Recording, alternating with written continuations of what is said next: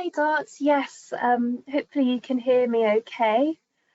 Um, right, well, thanks for having me today. I'm the development editor for the 1980s project.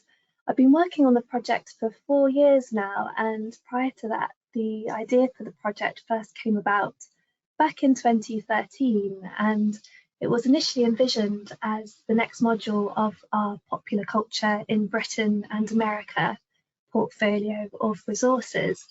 But as we developed the project, it really grew into its own, and we found that both with copyright limitations and also the changing needs of our audience, that the focus became more on producing a resource that really captures the boom and bust element of the 1980s and provides sources that tell a story of the decade from a multitude of perspectives, focusing particularly on minority voices and communities. So this is a multi-archive project bringing together a wide range of source material, and given the range of sources available for the study of contemporary history, including new media formats, our aim with this resource is to showcase the range of content and include methodological essays and content to introduce students to the source materials. We're focusing on the US and UK, but also have supplementary content from Australia and Canada covering similar themes. And our focus has been on domestic events specifically, especially as resources on similar time periods tend to focus on foreign affairs. Our focus for this resource is to look at more local events, movements, and ideas. It's aimed at contemporary history and cultural studies scholars, but we're looking to appeal to a wide range of researchers from novice to advanced through the range of source materials that we're including. And we feel this is a really opportune time to introduce a resource on the 1980s. As Professor Matt Worley said, who's one of our board members, it's now considered the frontier of modern history. So given it's such a rich and complicated decade and within living memory of so many people, our approach has been to thematically organise the resource around key themes. And our aim is to do what Professor Lucy Robinson from the University of Sussex says, is to capture the messiness of the decade and provide a flavour of the various social, political and welfare movements.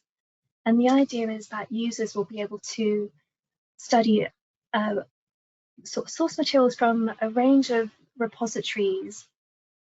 So there'll be government materials, but also grassroots materials, so that users can study these key themes from a multitude of perspectives. And the cross-searchability of the resource, being able to look at sources from various archives is a key USP with this. So in terms of themes, as you can see, we're looking to cover various social issues and many issues pertaining to race, class, gender and sexuality. But then we're also looking to look at mainstream consumer culture, to alternative lifestyles and subcultures. So a real mix of politics and culture, and particularly as a lot of music movements at the time, for instance, were really sort of politically motivated. We found that this sort of really makes the source material hang together quite strongly. So as I mentioned, really looking to include a breadth of source material in this resource. And we've got a range of content from manuscripts to printed materials. It's also a very visual collection as well. We've got lots of photographs as well as audiovisual content, including advertisements as well as oral histories. And we'll be including those top-level government documents right down to zines and DIY newsletters and print materials. So in terms of document highlights, just to talk through some of these now, we've got a lot of grassroots newsletters and serials from the Interference Archive, which is a volunteer-led cooperative in Brooklyn, as well as the University of Warwick's Modern Record Centre, and these cover various local uprisings and social justice movements. We've also got organisational records from regional campaign groups such as the Leamington Anti-Racist, Anti-Fascist Committee to international charities such as Friends of the Earth.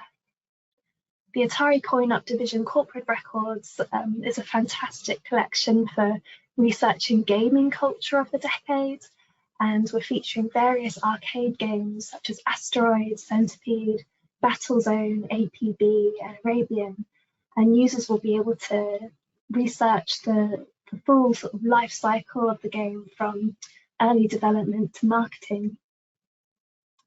Our music and subculture zines are sourced from Bowling Green State University and other archives, and these cover a variety of genres from punk to disco, rap and reggae and more.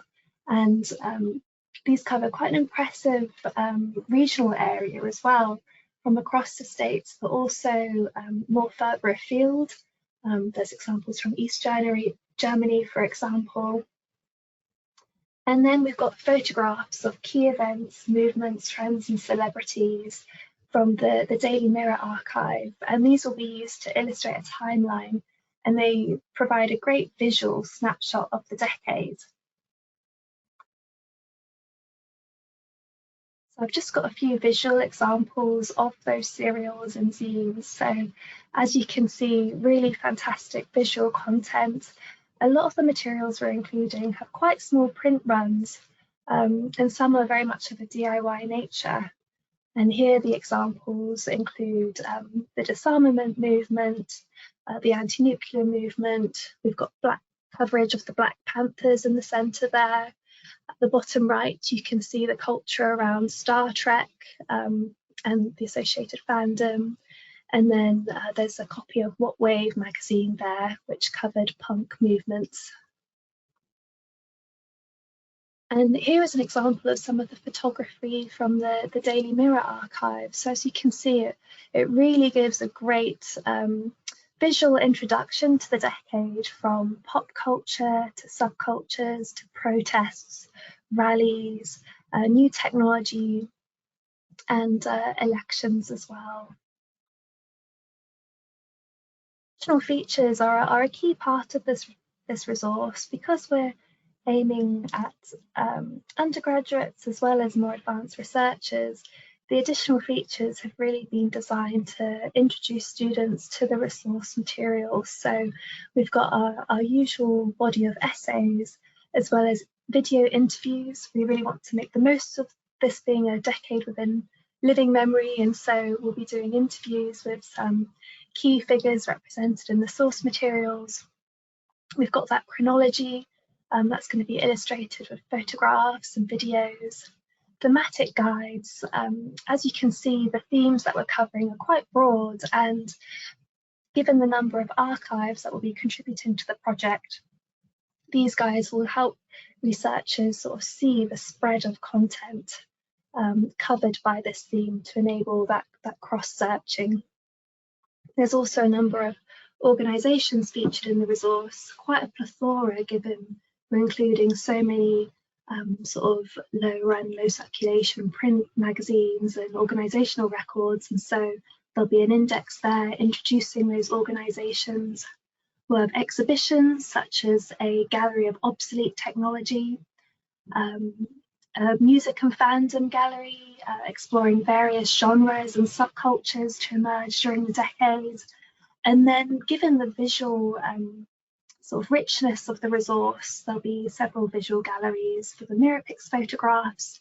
We're also including objects of games and toys from the Strong Museum of Play, and advertising as well. Lots of great advertisements, catalogues, posters from the Bowling Green State University.